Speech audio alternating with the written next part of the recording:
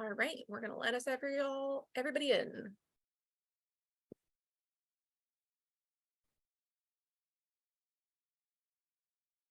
Look at everybody connecting. Yay. Slowly, but surely.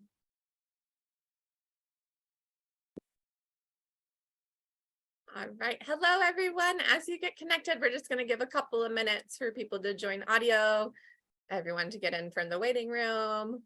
We're excited that you're here.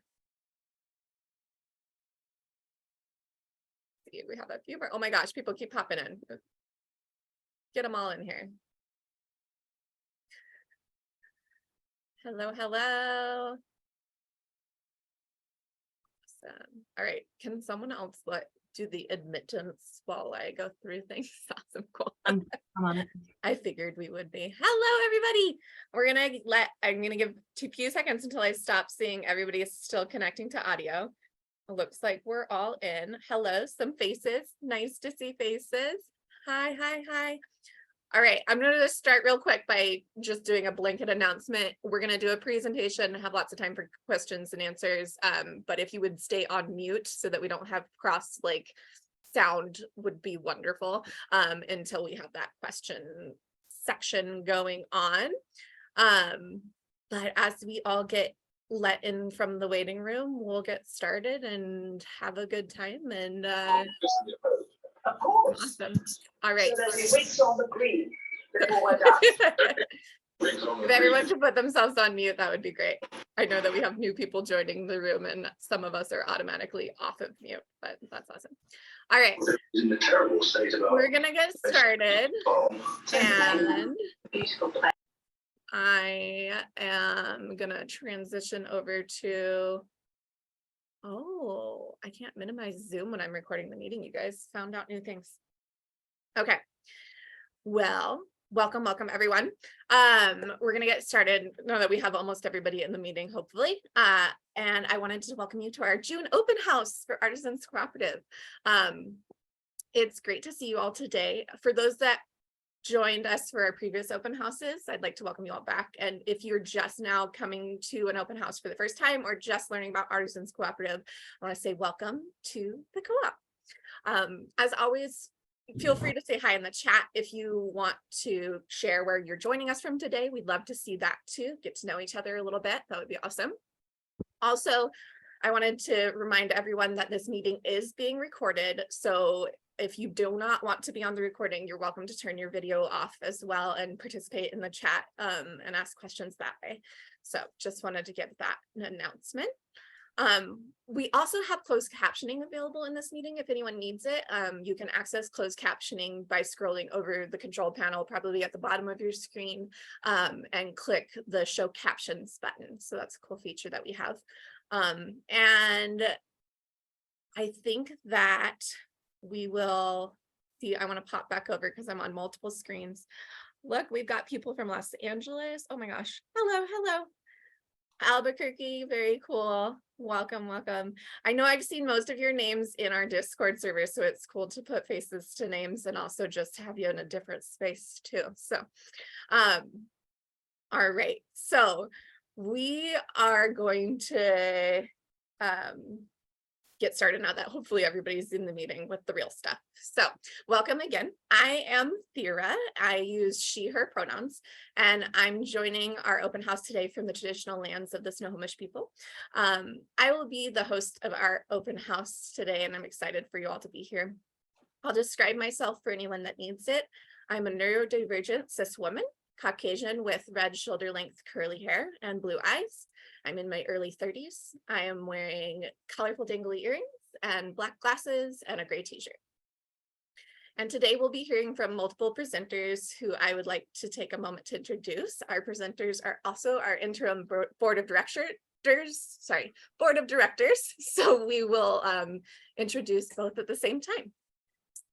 Our board of directors will be serving until our first elections in January. So we just have 5 currently, and soon we will have 7.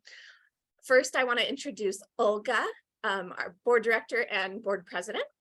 Olga is a self-described data nerd studying worker cooperatives by day, and she's a hat maker by night.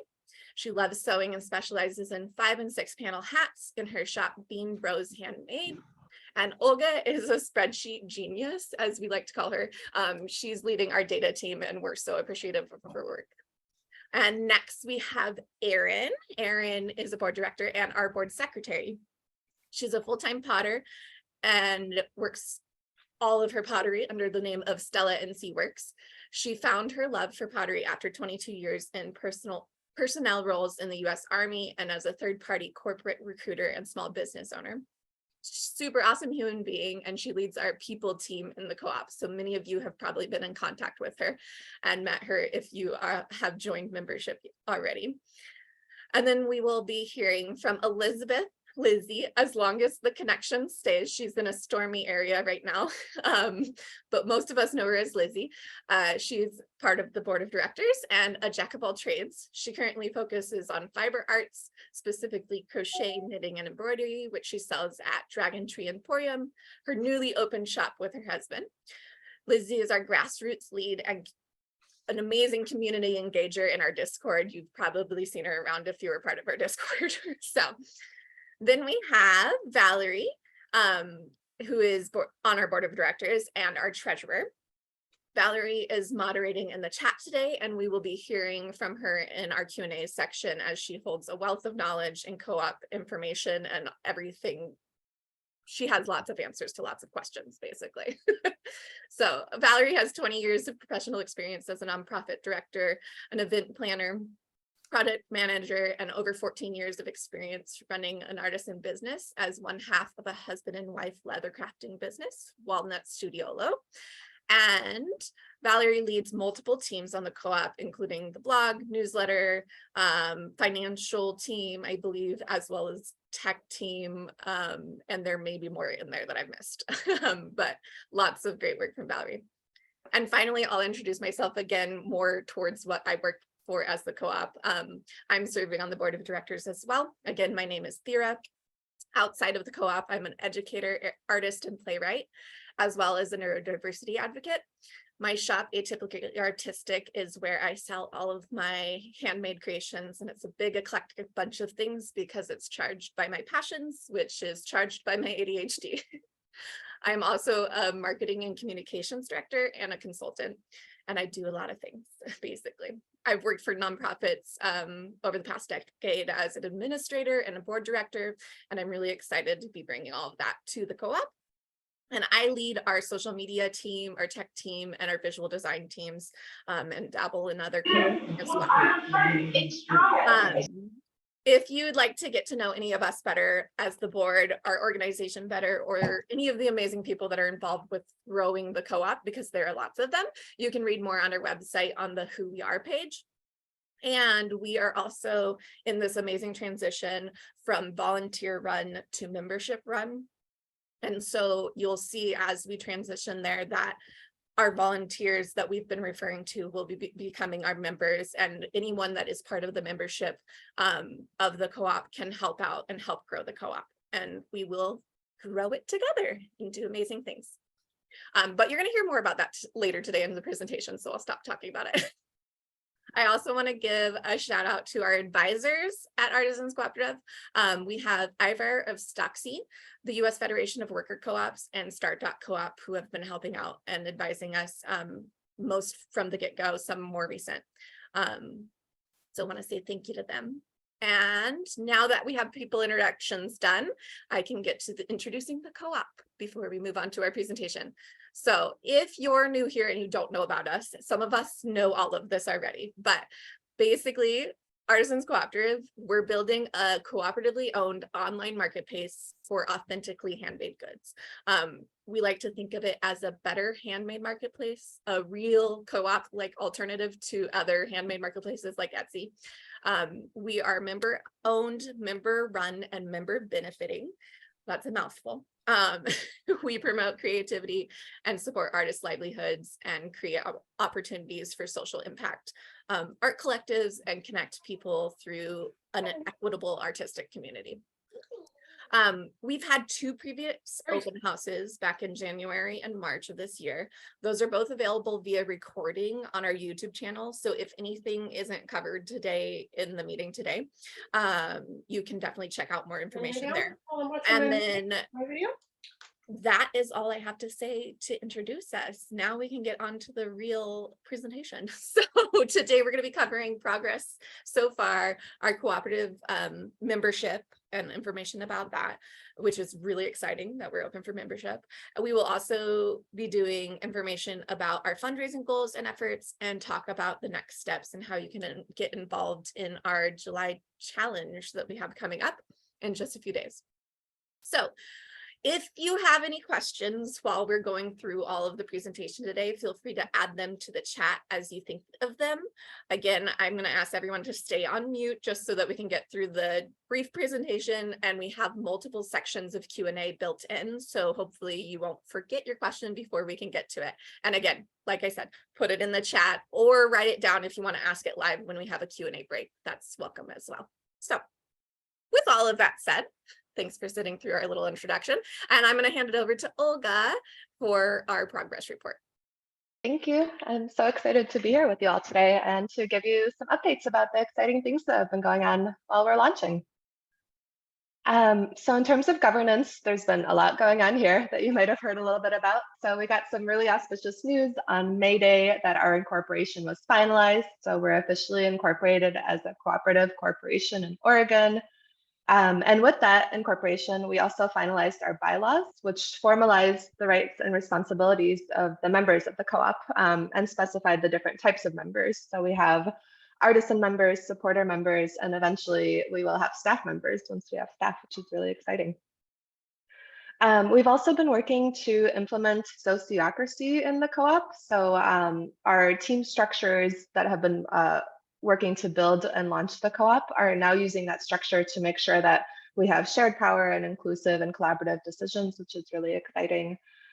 We've also moved several of our policies towards implementation. So you'll hear a lot later about our points and tiers policy, for example, and our handmade policy. And all of this work to set up our structure is going to be leading up to our first elections, like Sarah mentioned, in January of 2024. So members are going to be eligible to run for those board seats or to vote for the board seats. And having those in January is going to allow us to have just a little bit of continuity while we're developing the marketplace and launching the marketplace in October, which will take us right to the holiday season, busy shopping season, which will be really exciting. Well, speaking of the marketplace, there's been a lot of work going on there. So that's been really our primary focus in terms of our fundraising. So the funds from our capital campaign, which we'll talk about later on as well, are going to pay for a web developer that we're working with. They're called Yellow Web Monkey, and they're an awesome woman and veteran and crafter owned business, which is really cool. And the current plan for the marketplace is to have a phased rollout. So in July, we're going to be in the first phase of the rollout with us moving our website to Shopify and beginning to list all of the mutual aid fundraiser items there. So that'll allow us to do some really critical testing that will inform the next 2 phases. If this is the first time you're hearing about the mutual aid fundraiser, we would love for you to take a look at it to see if that's something you're interested in. I think that's going to be put in the chat for you to look at. But basically, we're collecting items. If you want to donate any items for the fundraiser, and then you decide how much you want to give to the co-op once it sells, that's the fundraiser we're going to be running in the first phase. And the second phase of the marketplace is going to be in August and September. So that'll be the next version on which members and founders can begin listing items. And then our final phase is going to be in October. So that'll be our public facing marketplace. Both members and non-members will be able to sell and shop on the marketplace at that time. And this is all part of like a really in-depth plan. If you want to look at the in-depth plan, I think we're going to put that in the chat for you as well, but feel free to take a look. We'd love to hear your thoughts. And that was a lot of updates for 2 slides. So we'd love to hear if there's any questions or thoughts that are coming up from folks in our first pause for a Q&A.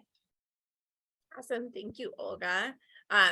We'll give just a minute or 2 if you do have any questions. Also, feel free to like think on it, process information, and ask those questions towards the end too as well. Did we have any questions come in? I didn't think I saw anything yet. From what no. Okay, awesome. Just making sure. All right. So we'll move on to the next bit. If no one would like to ask a question now, I don't want to linger too long. So our next chunk of the presentation will be, and I cannot remember until I see the slide, Olga. Erin, I'm going to hand it over to Erin, and Erin's going to present on our co-op membership and give lots of good questions or good information that you will spawn awesome questions for. All right, Erin, take it away. Thank you very much. I'm Erin Sapre in North Carolina, the Potter, and I'm our people team leader. And so I will cover information about memberships. Next slide, please. So we are open for memberships, and I'll provide that link at the end of my slides. We highly encourage you to join because there are great benefits, such as co-owning 100% member-owned co-op. You can also run for the board of directors and vote for those who run for the board of directors. And there are financial benefits like dividends and lower sales commissions. There's priority access to the marketplace like Olga described, and the handmade verifications that go along with that, as well as behind the scenes community access like member only portions of the website, member only portions of Discord, Skillshare resources and other things. One type of membership is called the Founders Circle, and that's basically if you join in full by July 31st. And the benefits of doing that for artisans are extra low sales commissions for the first 2 years, first access to the marketplace, even before members in general, and the handmade verification that goes along with that, and special marketing promotions. And then the benefits for founders, both artisans and supporters, are behind the scenes access to organizers to help build the co-op, opportunity to be involved in beta testing of the marketplace, and a permanent thank you page with a link of your shop or website. Next slide, please. Okay, so costs refer to buy-in. And we focused on lowering the barriers to co-op ownership by creating payment plans and non-cash options. And so there is a minimum of $10 to join, and that's based on Oregon law. But beyond that, when you fill out the membership application, you can elect to pay in full upfront or through a payment plan. And there's several options for, monthly or yearly or whatever, or through a points pledge. And so for a points pledge, you basically elect how many points you want to earn through activities and how many points you want to pay for in cash to earn your membership buy-in. Those pledges are good for a 6-month window, or if you want to be part of the Founder Circle, everything has to be done by July 31st, but it is still very doable. There's lots of points to earn. And if you get to near the end of your 6-month period or close to July 31st, depending on what your goal is, and you haven't earned enough points yet, you can always change things up and elect to cover the rest of your points with cash. And so how you earn points is that first thing is cash. Each point is equivalent to $1 US. You can also perform member activities. And I'm going to describe that more in depth in the next slide. So I'm going to skip that for a second. I want to focus on referring other members because if you successfully refer another member, such as an artisan, if an artisan joins and lists you as a person who referred them, you earn 200 points. And if you look below, that fully pays for a supporter buy-in, and 5 referrals would pay entirely for an artisan buy-in. And soon you'll be able to earn points through performing the handmade verifications. And then once our marketplace is up, through sales and even purchases that you make on a platform. And next slide, please. So points and member activities are for members. So members earn points for 2 reasons, and one is to earn a buy-in, and that's through filling out the membership application and electing for a points pledge, or for higher placement in tiers to receive higher dividends. And so this point system has two purposes, and one is to remove barriers so that it is more accessible to be a co-owner of the co-op, but also because when members perform these activities, it reduces our need to hire outside help to perform the activities. And so it lowers our costs, and that's helpful to the co-op. And you earn points through doing member activities. We based the member activities conceptually on an MIT study on the living wage average in the United States is $25 an hour. And so making points equivalent to dollars, that equates to the time you spend on an activity is 25, you earn 25 points per hour. And the activities are published on a member activities board, which is updated weekly. And that'll be described more in depth in the links that I think somebody's going to put in the chat to our points and tiers policy, our blog post on how to earn points, and our blog post on how we track points. And next slide. So based on all those benefits, we'd really like you to become a member, and you can use that link, which will also be dropped in the chat. And now we're ready for your questions about membership. Awesome. Thank you, Erin. And yes, all of those links were dropped in the chat. We have links going in throughout. So if you want to copy and paste them and save them for later to look at, or if you want to open them up and browse them while you listen to us chat, you're welcome to do that. I did see multiple questions come in the last little chunk, so we'd like to get to those. I believe our first one was from Meredith Gold, and I could be saying that wrong. Is that correct, Valerie? That's correct. Okay. And the question, oh, and I just lost it again because it bounced around when someone else came in. The question was, Got it here. I can take it if you like. yeah, sure. So the question was, in the process that the buyer goes to the site, buys from the seller, and does the co-op handle all stuff like invoicing, postage labels for the seller to print out? These are great questions that Thera and I are working on as the co-leads of the tech team. So with Yellow Web Monkey right now and using Shopify as the hosting and e-commerce platform or foundation, we're using a marketplace app called Multi-Vendor Marketplace that we are just now getting to explore and learning what all the capabilities are. I know that all of the things that you put there are possibilities with Shopify, but I don't know if they're all off-the-shelf possibilities or if they would require apps and so forth. Shopify allows for on-site postage labels, and I don't actually think we would be doing invoicing at all, although we will be working on the transaction flow as we do this pilot test that we're in the middle of. Our hope is that the checkout process, our goal for the checkout process is that it's basically very similar to Etsy, where anybody can put items from multiple artisans into one cart and check out at once. And then those funds get distributed basically automatically to each of the artisans, less the commission, which would go straight to the co-op. And I think that sort of answered most of the questions there. It's possible that postage labels may not be available at first, but would be purchasable either through Shopify or through any of your favorite shipping carriers or integrations as well. Yeah, and if you have any more questions based off of that question, feel free to ask or elaborate or anything like that. Hopefully we covered it.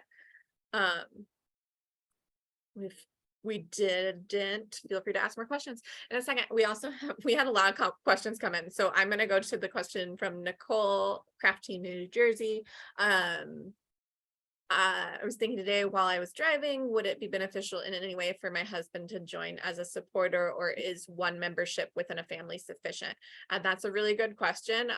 And we have kind of your options available at that point.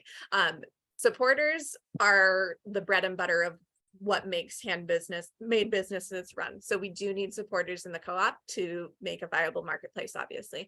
And supporters at this level, before we have the marketplace open, is helping us get to the goal of being able to launch the marketplace and get there and have people purchase from our shops from within the marketplace. So absolutely, him joining as a supporter would be great. And one membership is totally fine.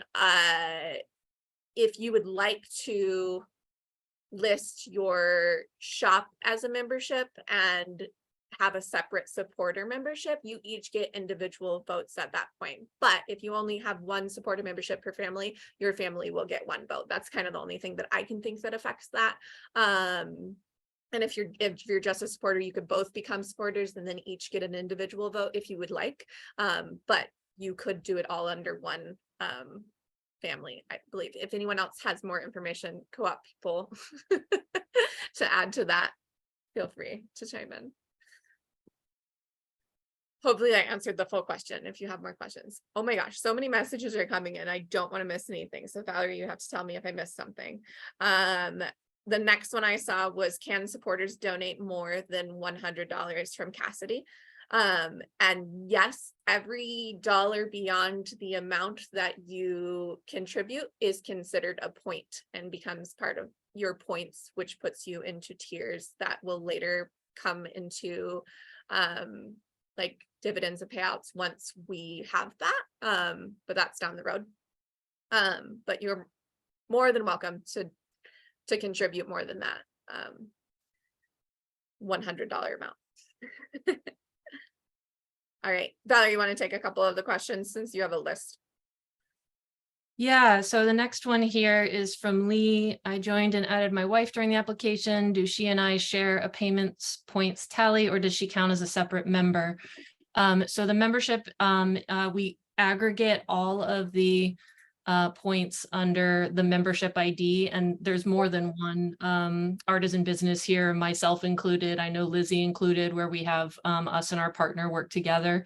And so long as you log the points from both, from anybody who works for your artisan business, whether it's husband and wife or partners or employees, if you just log those points under the same membership email, then they all will add up to your accounts, your artisans membership points total.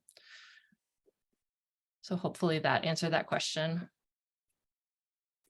And the next question from Lily was, will the marketplace allow for shops in multiple currencies, by which I mean one shop in dollars, one in euros, one in pounds, not one shop in multiples? That's another great technology feature question that's in our very long punch list of marketplace wishes and features. I do know from my own business's website that multiple currencies is very much possible.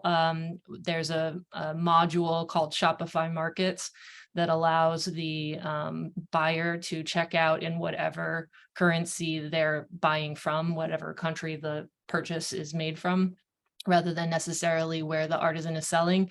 And then Shopify does a currency conversion for you, which can help with checkout conversion rate.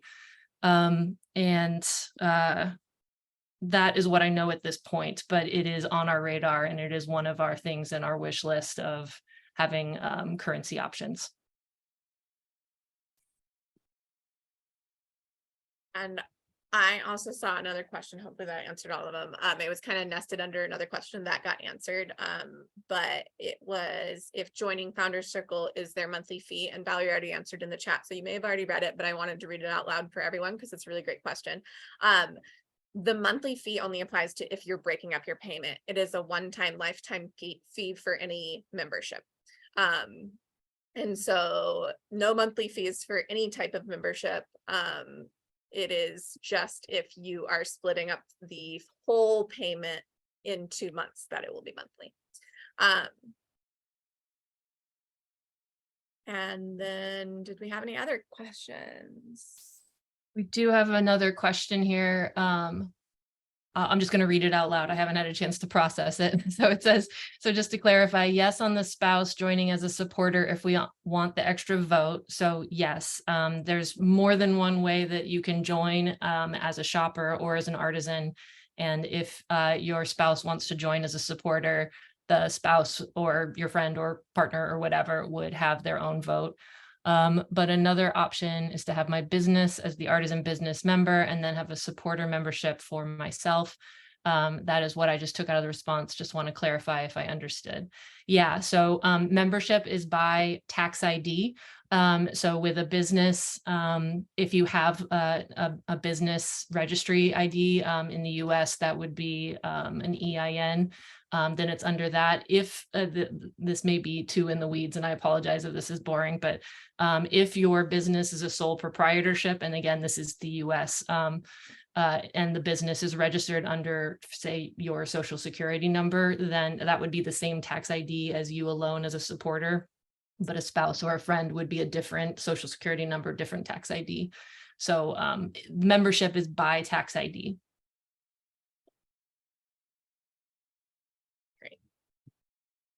All right, I think that we got to all of them. Yes, so hopefully. Good questions, you guys. Thanks for coming up with some awesome stuff. I saw one new message coming in. Oh, okay, cool. We're gonna move on to the next little chunk of our presentation, and then we're gonna have more time for Q&A. So if you think of more, put it in the chat. And I'm gonna turn it over to Olga for our fundraising portion information. Thank you. Yeah, so as you can imagine, we're doing a lot of fundraising right now. So all of our fundraising goals have been set by creating a rough budget of our first year of operations. So for that full year, we estimate we'll need about $250,000. So the breakdown of that is about $40K going towards operation for startup and ongoing costs like legal and accounting. We have about $30K going to technology, so all that marketplace development that we talked about, and a little bit of a larger chunk, about 80 to 100K going towards marketing, since we know we're going to have to do a lot of that in order to succeed as a marketplace. We need both sellers and shoppers to be on that. So our marketing plan will include different modes of marketing like grassroots, social media, email, PR, and partnerships. And lastly, we would love to bring on some staff to do all this work.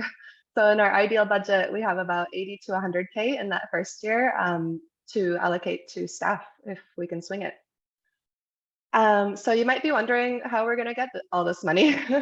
So we have a few different approaches that we're hoping to take. So we've received some donations, about 2K that funded some of our early work.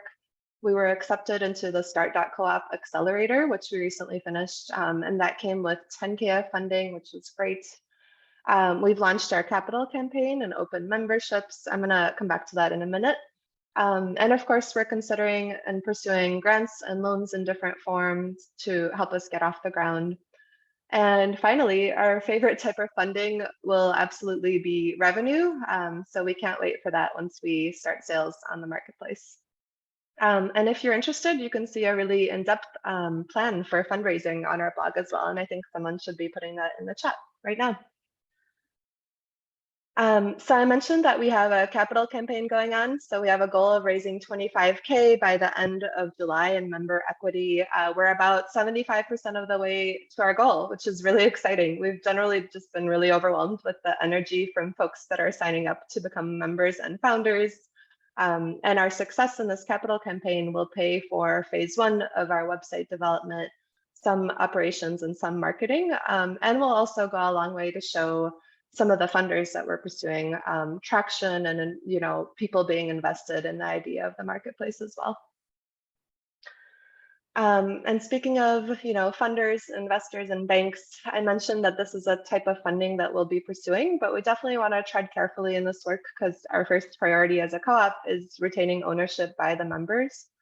So 2 types of funding that small businesses would typically think about in the startup phase include debt financing, just a loan that we could pay back, or equity financing, which is an ownership stake in the business. There's a few other options for us, such as like grants, which would be ideal. We don't have to pay that back, but they're pretty competitive and there's not a lot of them available to co-ops. We could also approach banks, but big banks often view co-ops as a risky investment. We don't have collateral, their loans might work slowly. They really need to see that traction before they're comfortable investing and see it as less risky. We could also consider investors, but angel investors are going to be rare. They'll also typically want an ownership stake in the business, which is in conflict with our co-op model and wanting to retain majority ownership for the members. And lastly, there's some co-op specific investors we could consider who will be fine with not having a majority ownership stake, but do still want to have some direction in the business to advise us as we're making business decisions. Again, putting us in conflict with wanting to really have membership steer the ship. These could also come with steep dead terms. So typically we would end up paying like 2 to 3 times our original loan amount back to those funders. So all that is to say that the options are not ideal. If we do find some amazing unicorn investor that fits into all of our priorities, we would have to amend our bylaws. So it would come to you all as the membership for a vote if we do decide to do that. And like I mentioned, our ideal source of funding is going to be revenue. So our goal is to try and start making sales on the marketplace as soon as possible. Oh gosh, the chicken is so distracting. Sorry, everybody. Yeah, so we want to start making sales as soon as possible. This really allows us to align a lot of our interests. So sales are great for artisans, they're great for the co-ops, and they make sure that our marketplace has a rich selection, a lot of different products for supporters and customers to choose from. Once we are making sales and revenue, we plan to allocate a percentage of that money back towards marketing to keep the co-op growing. So it's really our best path towards both sustainability and self-reliance. And lastly, a revenue-based strategy really highlights one of our biggest strengths as a co-op. So the ability for us as artisans to pool all of our customer bases together to drive the growth of the marketplace. And also our emphasis on highlighting the artisans directly as opposed to like focusing on the marketplace, I think will make that a big strength for us as well. And even as you can see, Chad Dickerson, CEO of Etsy, also admitted that this was a strength of Etsy back in the day. So we're really trying to kind of capitalize on that idea as one of our strengths. Okay, I feel like I blew through that. I'm sure there's a lot of questions and feedback. I'd love for folks to speak up if they want to ask anything. Yeah, I had a hard time not bouncing myself looking at that bouncing chicken. It's like when a mom is bouncing a baby or a dad is bouncing a baby, you start bouncing with them, or at least I do. I don't know. Okay, we have a question from Meredith. Would you please elaborate on the no POD stipulation? Hey, Valerie, you raised your hand. Do you want to take that one? I can take that one. Can elaborate too if you want. Elaborate on the question. Yeah, would that be okay? Oh yeah, of course. Okay. So I was actually happy when I first read and then reread and then reread the no POD thing. But here's an example. I'm an artist and I would need to go to a vendor to get prints of my work because I typically sell original work only, but I would like to, and I've got requests for like greeting cards of my work. So in addition to being fed up with Etsy, and my other little buddies agree here in Albuquerque, we're also fed up with Printful, Printify, Society 6, and the like. So what's the cutoff on POD? And then I'm done. Okay. Yeah, that was a really excellent question that illustrated really both sides of our handmade policy. So I would first quickly clarify that our policy actually doesn't say no POD. It says POD for print materials only. And that's for the precise reason for certain types of fine artists, such as photographers and paper goods writer like yourself, illustrators and so forth, who particularly with example with photographers, they really would have very little business to do without print on demand, where customers will want to buy a print of a certain material and a certain size to fit a spot on their wall. So print materials would include things like, and I'm seeing some questions in here that are maybe I'll be answering on the fly. There's a definition of it in the handmade policy, and I don't have it memorized off the top of my mind, but it's basically primarily 2D materials such as greeting cards, stickers, canvases, posters, prints, books. The printed word, that's another example of an artisan, because we include writers as artisans, and creatives whose material in the form of books or zines is something that needs to be done print on demand. So no 3D printed items. I'm seeing questions and I'm not catching them all. And it is a complex, thank you. It is a complex part of the policy, and we could probably talk about it for the whole hour. We have a member led handmade verification work group right now that is turning our policy into a process. And that's trying to make the handmade policy a little bit more straightforward in implementation.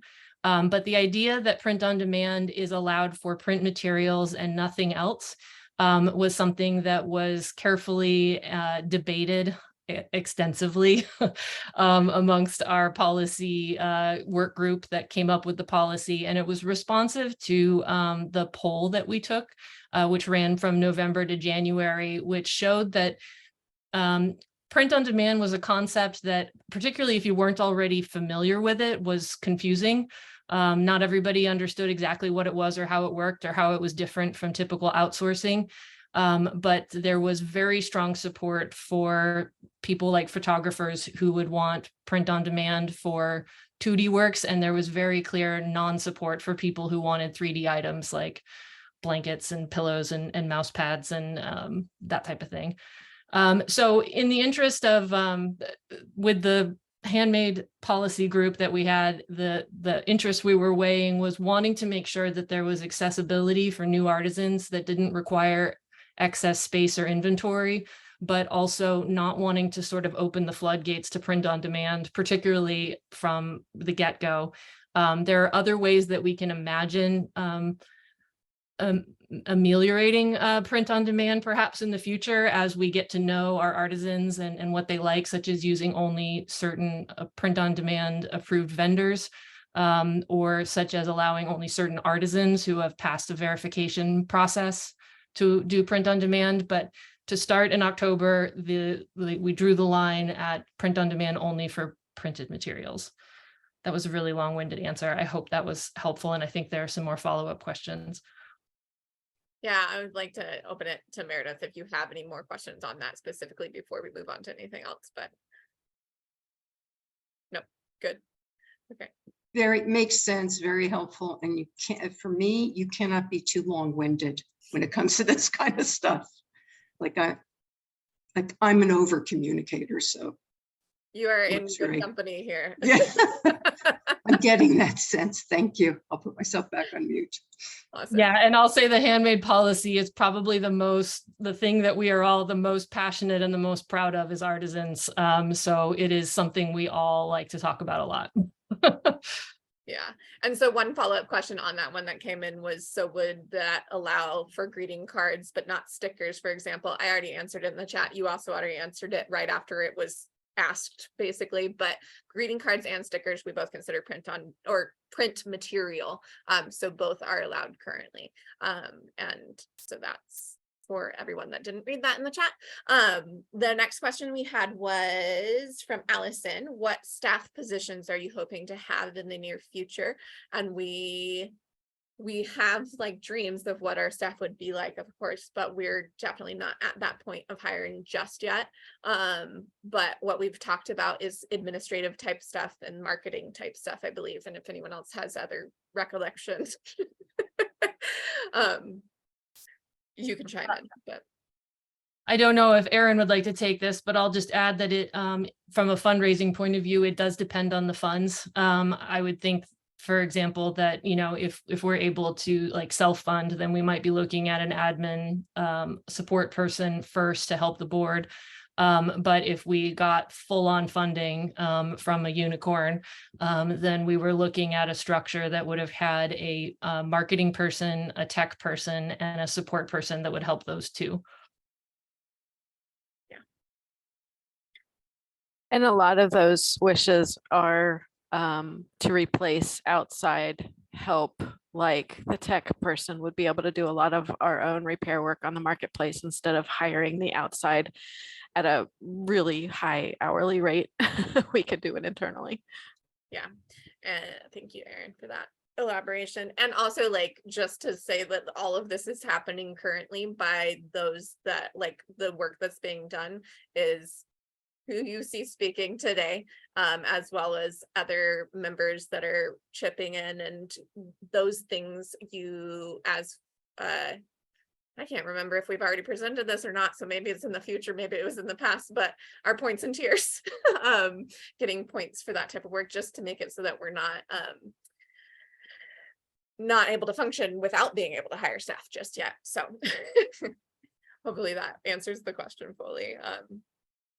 Scrolling down to our next question. So no 3D printed items, Erica asks, and that is an interesting question, because if you're talking about specifically 3D printed items as in from print on demand, I don't know if those existing on print on demand, like I don't know if they do like 3D printed items with printed stuff on it. But if you're talking about 3D printed items from makers themselves that are designing and printing their own items, that I believe is allowed. Erica, I don't know if you want to elaborate on that question, but. And maybe you did already.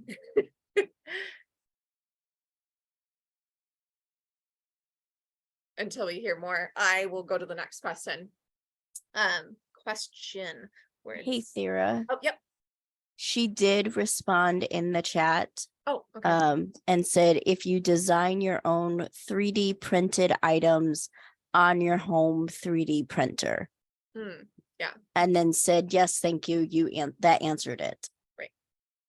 And if I feel like I'm correct about that, I apologize if I'm not, and anyone else correct me. Yeah, I can just add on to that from a handmade policy point of view. Both our poll and our policy very strongly concluded that we don't want to discriminate on what kinds of tools or materials artisans use. The focus of our handmade definition is on the workmanship of risk, whether or not the artisan is exercising their skill, judgment, and discretion in the process, which is a squishy thing that we're trying to turn into a process, but it excludes things from, so it allows using tools like a glow forge or whatever, because the artisan is involved in that process and they're at the risk of ruining it at some point. But like Lizzie was just saying in the chat, but print on demand mugs would not be. Yeah. Very good. Another question from Cassidy. I'll read it all out. It's kind of a big one, so I don't want to miss any chunks. With the understanding that it would be up to a vote, are you considering investment options that give stake to an investor? Elaborated. I assume many I have stuff over my screen. I assume many members, including myself, when I get that far, would prefer not, considering it is antithetical to a co-op. But yeah, I'm curious what y'all stand on. I love other people that say y'all, by the way. My dad's Southern and I say y'all all the time, even though I'm not Southern. I don't know if that's just specific Southern. Sorry. Anyways, does anyone have an answer for that question better than mine would be? Valerie, go Valerie. Yeah, getting back to the fundraising plan. So right now we are a 100% member-owned co-op. So that's concrete in our bylaws. So any changes to our bylaws, including creating an investor class, would be a vote to the membership. Right now we have no investors who are asking for equity, and we haven't been looking or asking for any in particular. That's not, we're not saying that we're necessarily closed off if we ran into our perfect unicorn person who for some reason just believed in us and wanted to give us money and took no control. And our original thinking was that we would, as a board, consider moving forward to like a membership vote if we found a perfect values aligned investor for a minority stake, like 5 or 10%. And then we would put that to the board, to the membership for a vote.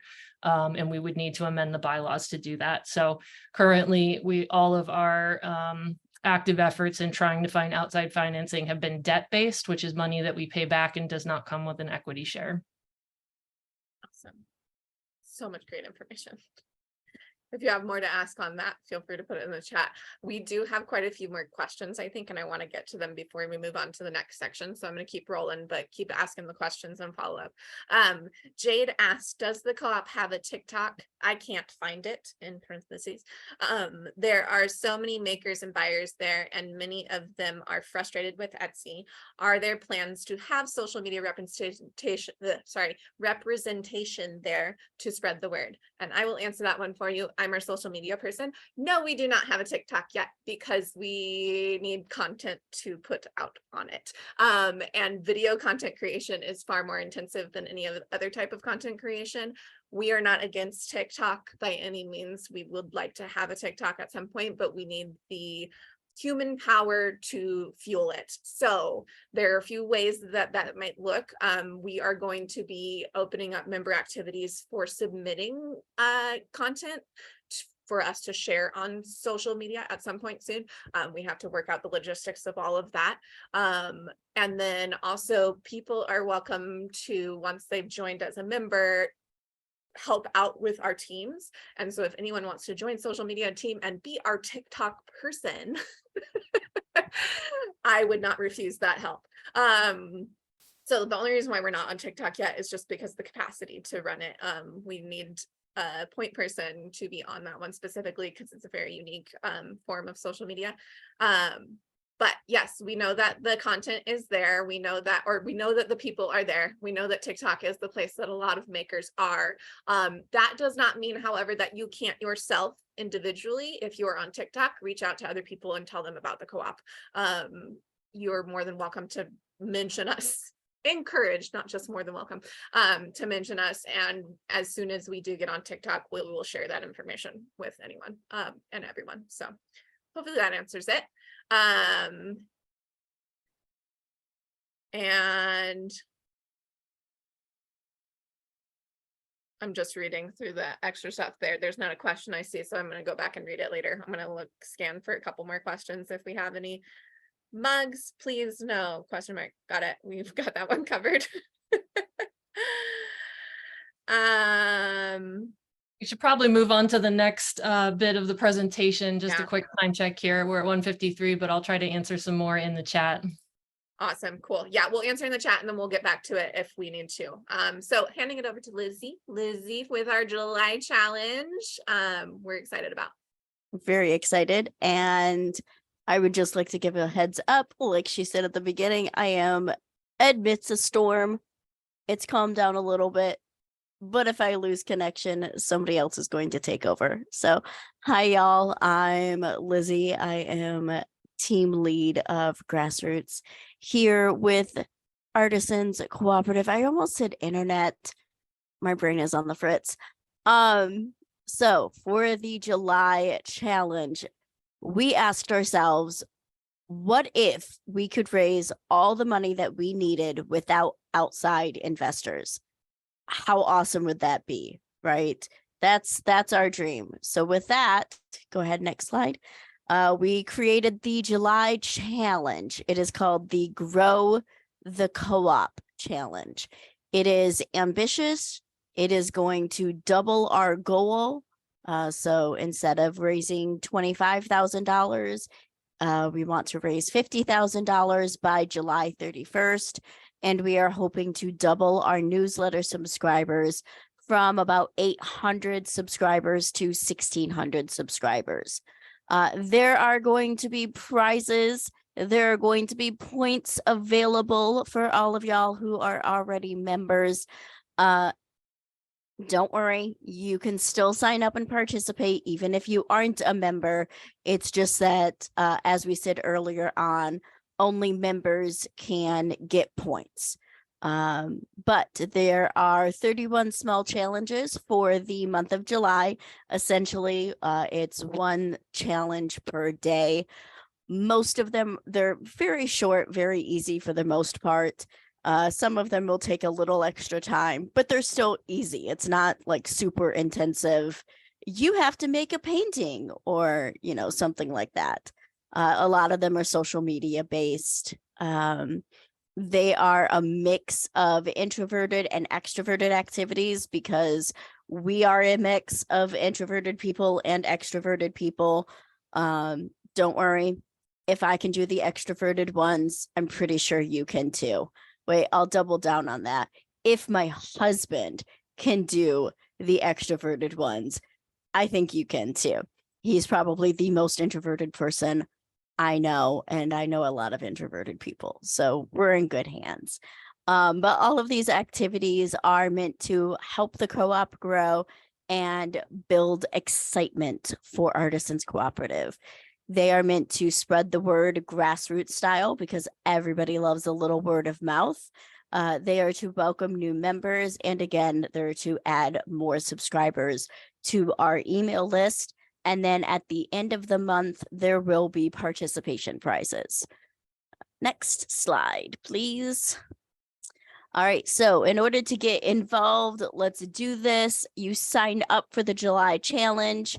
We will post announcements and send out emails for that.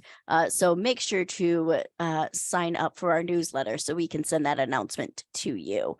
You can become a member today.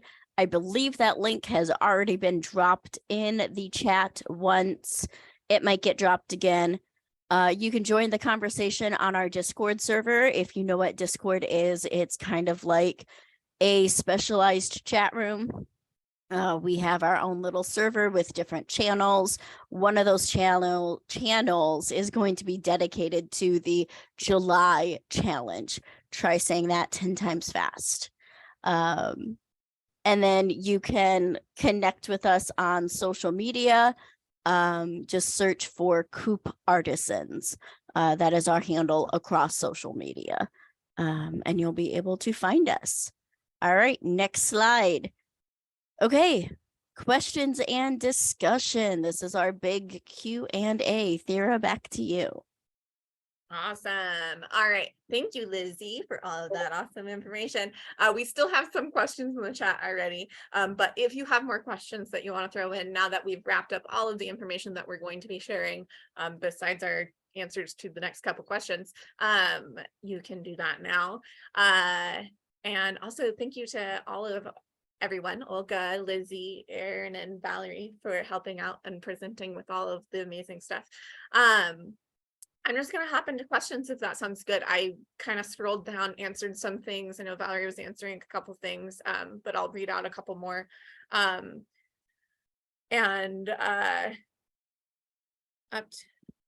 so Valerie already answered that one, so I'm going to keep scrolling. Meredith asked, is that the jot form thing that I started filling out? And I'm guessing that's the only jot form thing that we have right now is the membership application, right, Olga? Yes? Question. Okay, cool. And then as far as member activities or the July challenge goes, that's something separate that's coming out later. So might be the jot form thing that you filled out is the membership application. I'll just add to that for members, and I'm not sure if Meredith is a member or not. We also have a jot form for registering your earned points, both previously earned and current through member activities.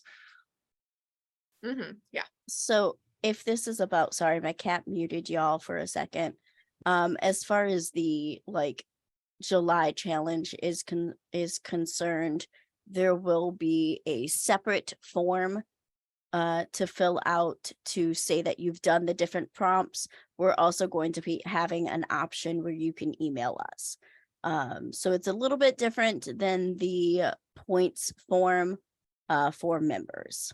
Awesome. And Meredith, you have your hand raised and it was your question, so go ahead and chime in.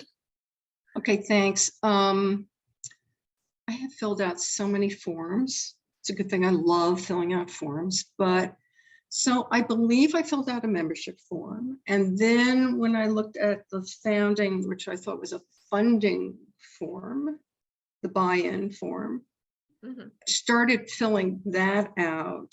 And I guess it started out on Google, whatever, and then it could convert to jot form. So I could go back and not lose everything. Yeah.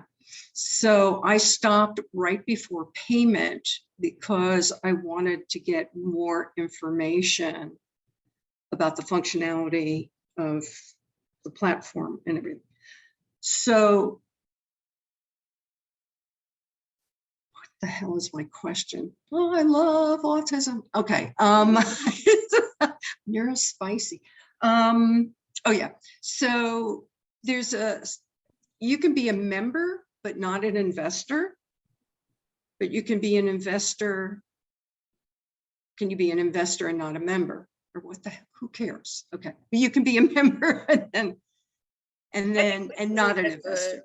Yeah, I think Valerie, I think you look like you were ready to answer that one. So Okay. we're happy to answer it the best we can right now. And if you have more, we can go on. No, don't encourage me to answer questions. Go, Valerie. Yeah, it's a bit of a question about semantics, because what is the difference between an investor and an owner, and a co-op owner? It gets into the gray world. But when we're talking about investors as a separate thing that we would need to vote on as a membership, we're talking about someone who would be coming in and just bringing in money, but is not one of our 3 member classes, which is artisans, supporters, and staff. Now, just to confuse things a little bit, when people become members, when artisans or supporters become members, their buy-in amount is called an investment.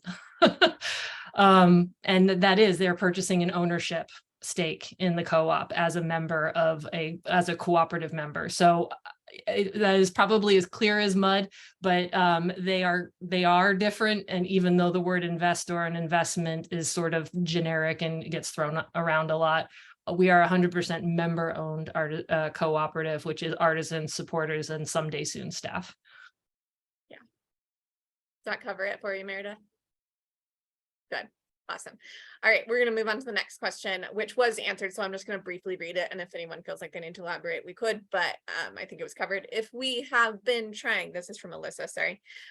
If we have been trying to help with stuff, and I assume that means activities and getting things done, and would like to continue, but are not ready to buy in yet to join, sorry, I keep scrolling over my own screen and making things pop up.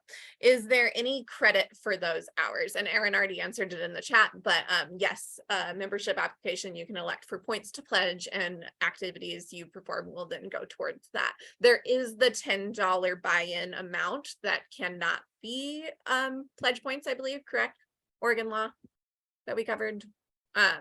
So there is that amount, and if for some reason that is difficult for you or anyone, to reach out to us.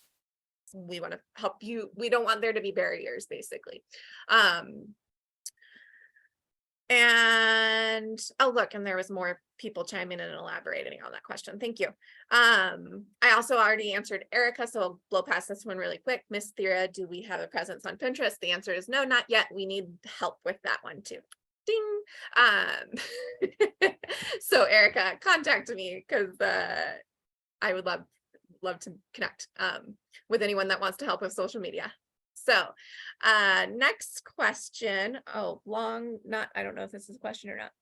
Valerie, did you catch any questions other than what I'm reading? I think there's one question from Jack that we haven't answered yet, which is, would there be any issue doing activities that are not artisan related, but being done to advertise or earn fundraising for the co-op?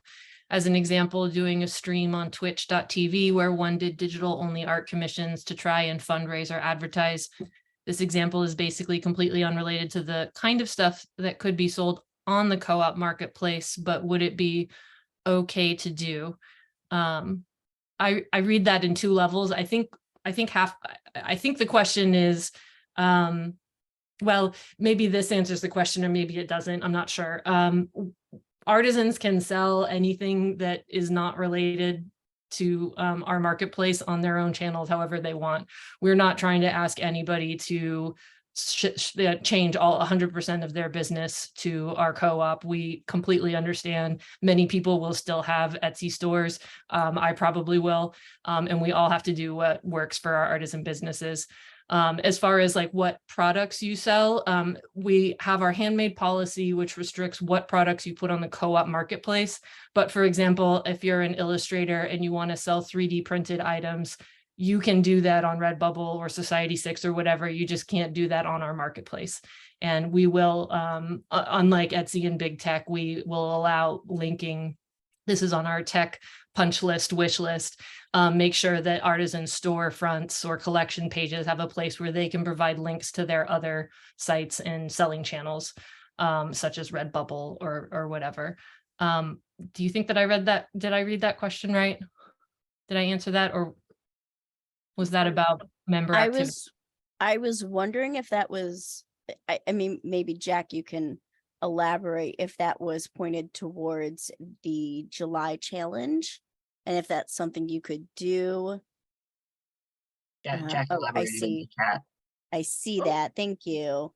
Oh, I mean, specifically advertising for the co-op via those other methods. Oh no, if you want to, I'm 100% for, if you want to do a Twitch stream and do like digital art commissions during that, and then have, you know, maybe we could get you a little Brooke who can walk across your screen. 100%. You're promising things that are exciting. I didn't promise that. I said maybe. Okay, true. I said maybe. I would 100% come to that Twitch stream. Yes, absolutely do that, please. Yes, invite us all. And I would just add to that, and Aaron may want to pick up here, our member activities board has the list of things that the current team leads are looking for. But if you have ideas for things that you want to do for the co-op that you think will help us grow and thrive that are not on that list and that you have the skills and interest in doing, reach out to us about making a special activity for you or adding that to the row. Is that right, Aaron? Yeah, and so basically I would put you in touch with the relevant team leader, which would be Thera, and you guys would kind of work it out. Cool. and that way you could earn points for it. Yep. Every time my name's mentioned, I'm like, no, not more. No, I'm just kidding. I want more people. Contact me. Quick question, Olga, could you stop sharing the slides so that I can see more people on our screen? Oh my gosh, thank you so much. As we continue our questions, this would be great. So hopefully we got that one answered. I'm scrolling down the list. Some of these things have already been answered in the chat, but for anyone that's not in the chat, and also anyone viewing this in the future, I'd like to read them out. So that's why I'm reading out all these questions. Asked by Misty, I assume it's points per person, not per business. I have 2 businesses, but the non-product one is far better for promo for the reasons that it gets more followers, it's active, and it serves makers. And that non-product business was not submitted to a member of the co-op, only by new business. And Aaron answered in the comments, it's points per membership, and membership eligibility is based on tax ID number, as we talked about earlier. So someone who joins as an individual earns points for the individual members. Points earned for a business membership go toward the business membership. And a business can have more than one business owner. So if you have 2 people registered for your business on the application form, then both owners can earn points towards the business membership, all under the umbrella. And we are using the term clear as mud so much today. All right. So I'm also reading your guys' comments and stuff as I'm scrolling by. And so thanks for leaving all of these awesome words of kindness. And Jack elaborated. Did we cover all of the stuff for Jack? Yes. We answered it already. Okay, so I'll skip over that. Next question from Meredith. Do you have a timeline for rolling out social media publicity promotion? I'm concerned about promoting too soon or too late or not in sync with what's available to the public. That's a great question. We already are on multiple social media channels and rolling out stuff. Anything that's on social media, you're welcome to share from your own social media. There's member activities in our member activities board specifically for that, that you can get points for liking, sharing, commenting, helping us spread the word about the co-op via social media. And then we are doing things as we go. As far as the July challenge goes, there are specific social media activities for certain days. And so information will be given for that. Hopefully I covered that. And if you have more of a question on that, let me know. Does that make sense, Meredith? I'm looking at you. Okay, cool. Next question, Alyssa, if we have been trying to help with stuff and, well, wait, no, I already read that one. Do we have any more questions? Yeah, I think the next question is for you, actually. Also for Meredith, will you be creating a brand book? Oh, great question. We already have one. We have brand guidelines already made for the co-op specifically. So that is something that is linked on our website, multiple places. It was just a PDF at one point, and then we've developed it into a bigger thing. So for anyone that joins Team Social Media, blog, or anything like that, that is given out so that you know visual design and stuff like that. Is that marked brand book? It's our brand guidelines, I believe. Brand guidelines. And does it have the hex codes for colors Yes, and everything? it does. All of the hex codes, and it also has CMYK. So Okay, thank you. yeah. Love it. Thanks. Perfect. I love it too.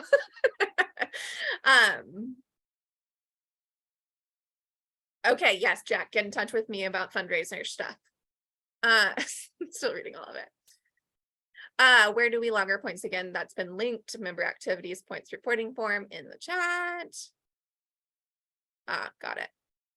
I'm still scrolling down. Okay, did we get all the questions that were questioned? Made up a new word.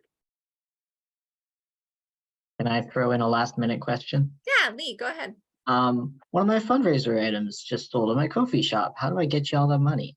That's awesome. Olga or Valerie, how do we donate your data, people? Do I just Venmo? I can Venmo. We don't have a Venmo, but Actually, we don't have a Venmo. If that's the only thing you have, let me know. But actually, no, just very simply, you can either just our PayPal page or our Ko-fi page. They go to the same place. Yeah, I can do either of those. okay, perfect. We'll find our PayPal link here. awesome. Yeah. And so anyone that is participating in the fundraiser item, words, too many words today, you guys. Fundraiser items, like doing that. And as we add more, if you make sales and you want to, or whatever percentage you decide you want to give back and contribute back to the co-op, we'll go through the PayPal link. And then that also contribution is dollar per point considered as well. So you get points for those contributions. Hell yeah. Fun stuff. All right. Do we have any more questions? Does anyone want to like unmute themselves and speak to us? And or no pressure on that one too. If you do have any more questions, you can drop them in the chat. We'll stay on for a few more minutes. What a lively open house today. Thank you all so much for coming out and making us think and talk and chat. It's really great to get some faces to names that I've seen around too. And also some names to names since we don't all have our video off, which is totally fine. Saw Jade for 2 seconds. Just kidding. All right. We'll stay on for just a few minutes. But yeah, if I just go Nicole. Okay, I just have one thing. So I'm just kind of wondering where we're at membership wise. Like, I know you did say you hit the target financially, but in terms of numbers of people who have joined, how do you feel about that? I don't need an exact number, but like, are we feeling like you're on the right track? Like you feel like you met the whatever goal you were looking for with that, or you know, just kind of want to get a feel. Yeah, that makes What's sense. that? That all makes sense. We are definitely on our way to meeting that goal. Our original goal that we stated for June was 25 to 100 artisans or supporters, and obviously artisans is a higher buy-in amount, so therefore contributes to the financial goal a little bit more, and so that's why there's that big range. We have definitely surpassed 25. I don't know if we're quite at 100 yet. Not quite. Valerie, do you have more? Yeah, I was going to say, I think we're at right around 75% of our $25,000 goal and around 75 members, something like that. And I'll just add that I don't think we'll ever have enough members. Yeah. It was a tiny Sky's the- first goal. Sky's the limit. Yes. So yeah, you were pretty on it, Valerie. I just pulled it up.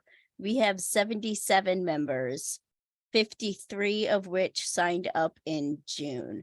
And then, like we said earlier, we're at like 75.6% of our financial goal, which was 25,000. Yeah. And so to state it a different way, basically, we're ahead of our projections in reaching our goal, to the extent that the July challenge is our ambitious goal to double that goal. And so now we need more members. Yeah. Keep it growing. Keep it going. Keep it growing. Oh my goodness. I'm such a teacher sometimes. Thank you, Jade. We love the open houses too.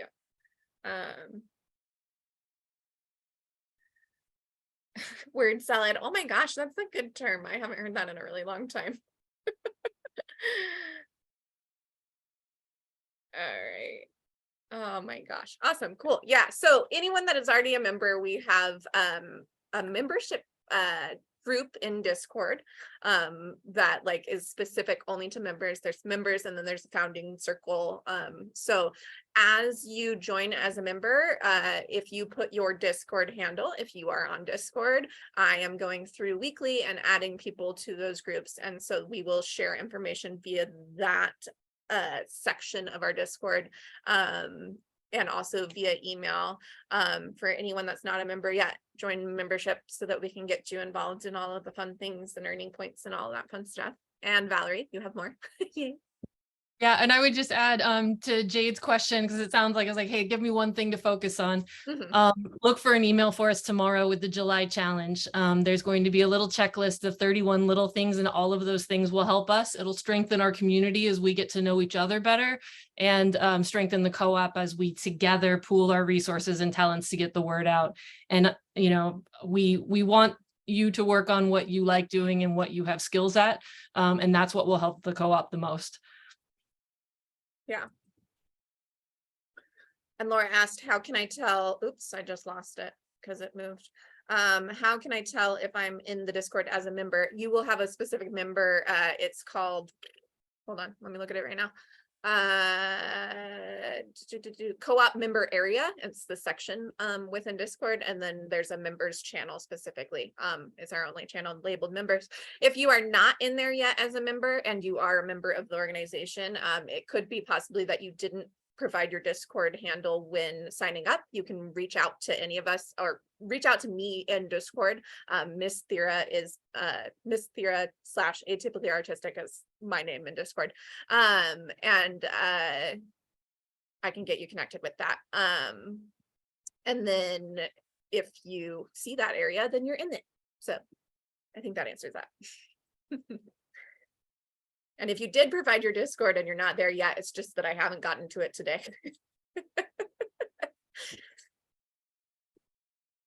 All right, cool. Well, anyone else have questions before we shut it all down and see you all again at the next open house? No? Yes? Meredith, yes. Before I even, I know I'm going to get kicked out at some point because I asked so many questions. No questions or too many questions. Yeah, hashtag old, probably I'm like the oldest person here. I hope it's more of a comment than a question. This is such an extraordinary, this is extraordinary and amazing. And I'm a sociologist by training. That was what I did when I flipped out and left art for 40 years.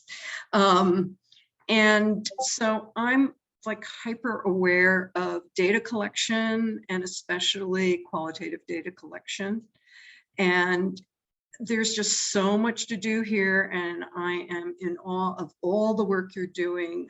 And the thing is, oh, your mom, hi. That I hope somebody or a couple of people are keeping a diary. See how old I am? I'm not calling it journal and I'm not using it as a verb. are keeping a diary of the history and the timeline and what is happening when. And I would even say, even though obviously I love technology and all, but even keeping it in handwriting, or somebody could keep an art journal about what's happening with this co-op.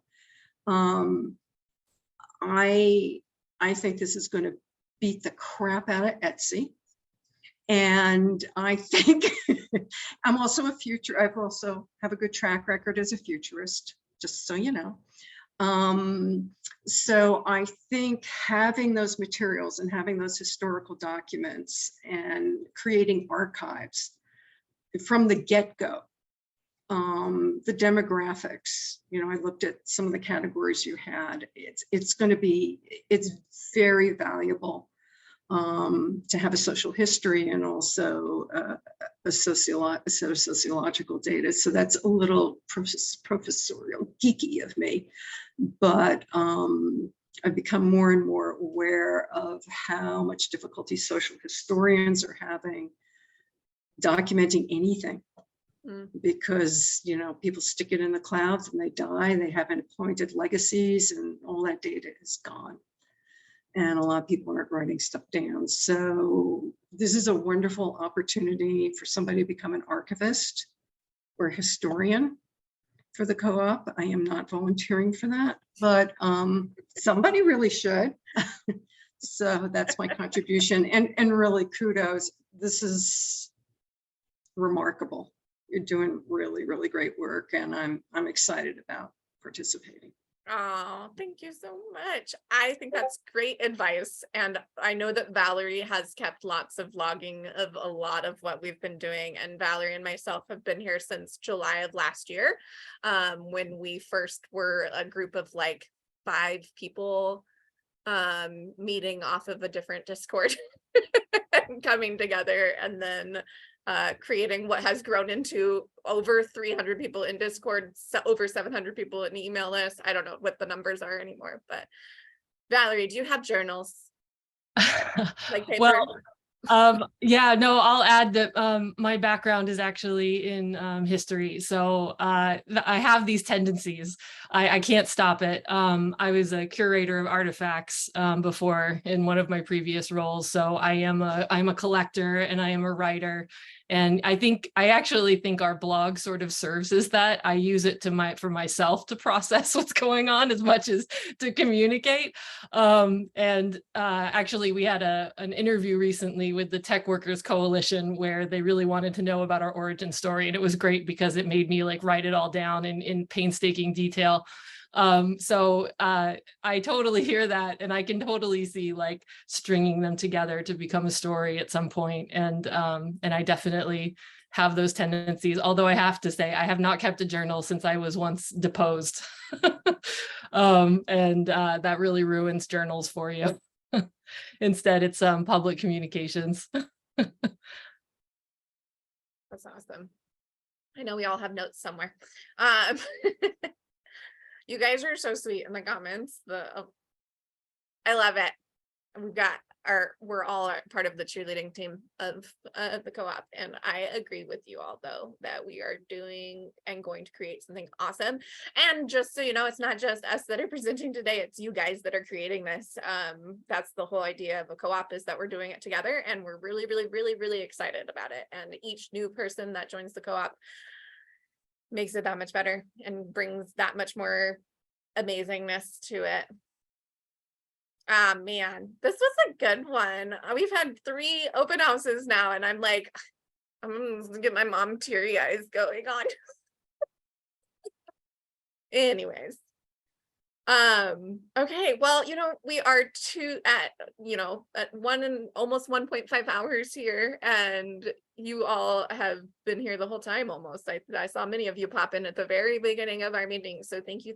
I am going to turn off our recording and let you all see yourselves out if you like to. If anyone has a question that they do not want on the recording, you are welcome to stay for a few moments and ask that, because I know that sometimes is the case. So everyone say bye to our recording, because the future us's and the future people that weren't able to join us, thanks for joining in the future. And We'll see you at the next open house. Bye.